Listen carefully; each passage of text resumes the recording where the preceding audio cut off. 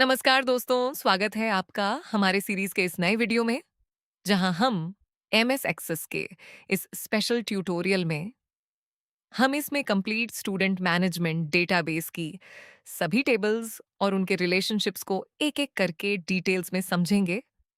Tables की details में field name और डेटा टाइप आपको डिस्क्रिप्शन में मिलेंगे। साथ ही रिलेशनशिप के लिए स्क्रीनशॉट लेकर इसी तरह बिल्ड करें। तो शुरू करते हैं सबसे पहले। आइए देखते हैं कि हमें कौन-कौन सी टेबल्स और उनके फील्ड्स क्रिएट करने हैं। सबसे पहले एक टेबल बनाएंगे जिसका नेम होगा टीबीएल डेटा। ये हमारे डेटाबेस की मेन स्टूडेंट टेबल है जहां स्टूडेंट्स की मेन इंफॉर्मेशन स्टोर होती है। इसमें आरएनओ यानी रोल नंबर प्राइमरी की है। इसके बाद डीओए डेट ऑफ एडमिशन के लाए, medium learning mode Hindi English के लाए, स्टेटस स्टूडेंट के एक्टिव या डीएक्टिवेट होने के लाए, C code, C name, course name और इसी तरह अदर फील्ड्स बनाएंगे जिसकी डिटेल्स आपको डिस्क्रिप्शन में मिल जाएगी। दूसरे नंबर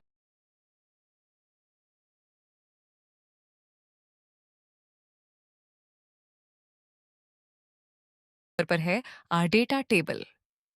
ये टेबल स्टूडेंट के फीस रिकॉर्ड से जुड़ी जानकारी रखने के काम आती है। इसके लिए fields SNO, RNO, month underscore year, C name, duration और अदर्स बनाएंगे।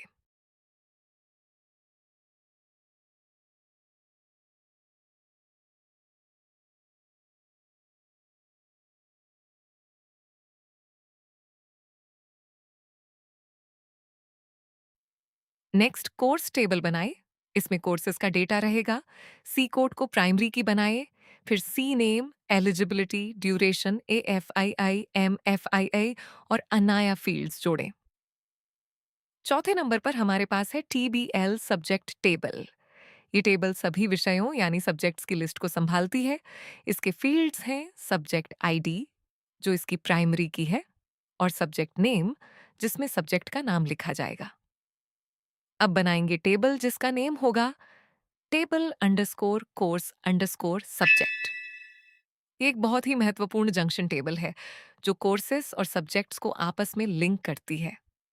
इसमें आईडी प्राइमरी की है जिसके साथ कोर्स कोड और सब्जेक्ट आईडी फील्ड्स का उपयोग करके मैपिंग की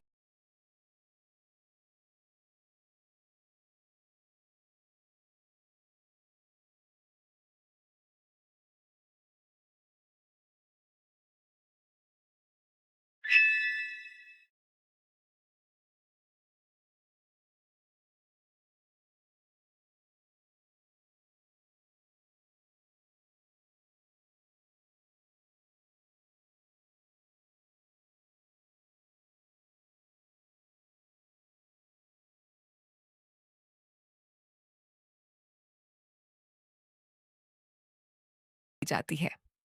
अब टेबल अटेंडेंस टेबल बनाएं। ये स्टूडेंट्स के डेली अटेंडेंस रिकॉर्ड्स के लिए है।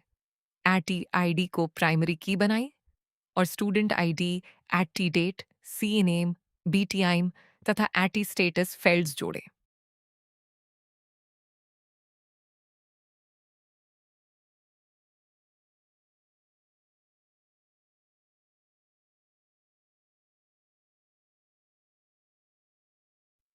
और लास्ट बैच टेबल बनाएं। इसमें बैच टाइमिंग्स और शेड्यूलिंग की जानकारी रखी जाएगी।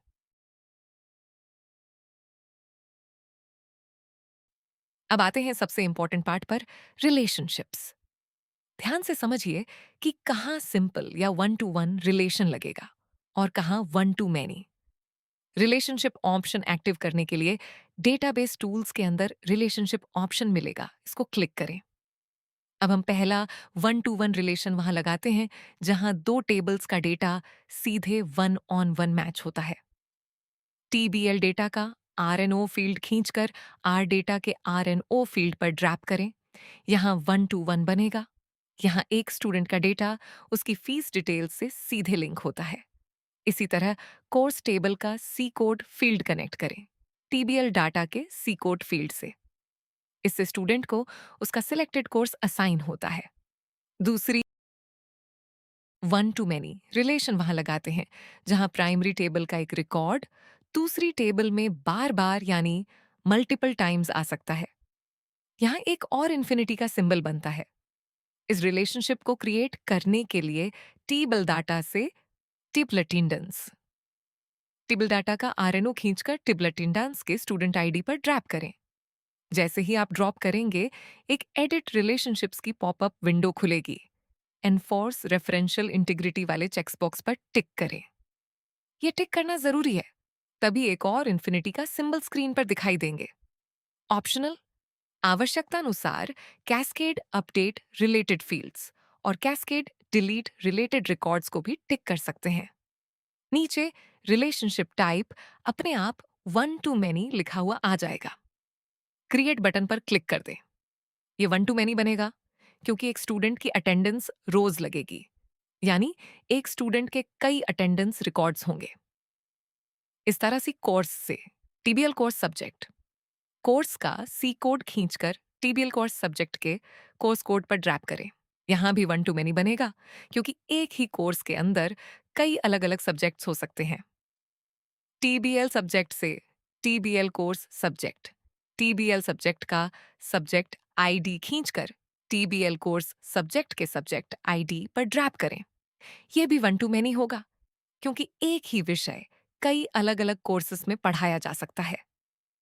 इस पूरे रिलेशनशिप स्ट्रक्चर की मदद से डेटाबेस में डुप्लीकेशन नहीं होता और पूरा सिस्टम एकदम व्यवस्थित तरीके से काम करता है।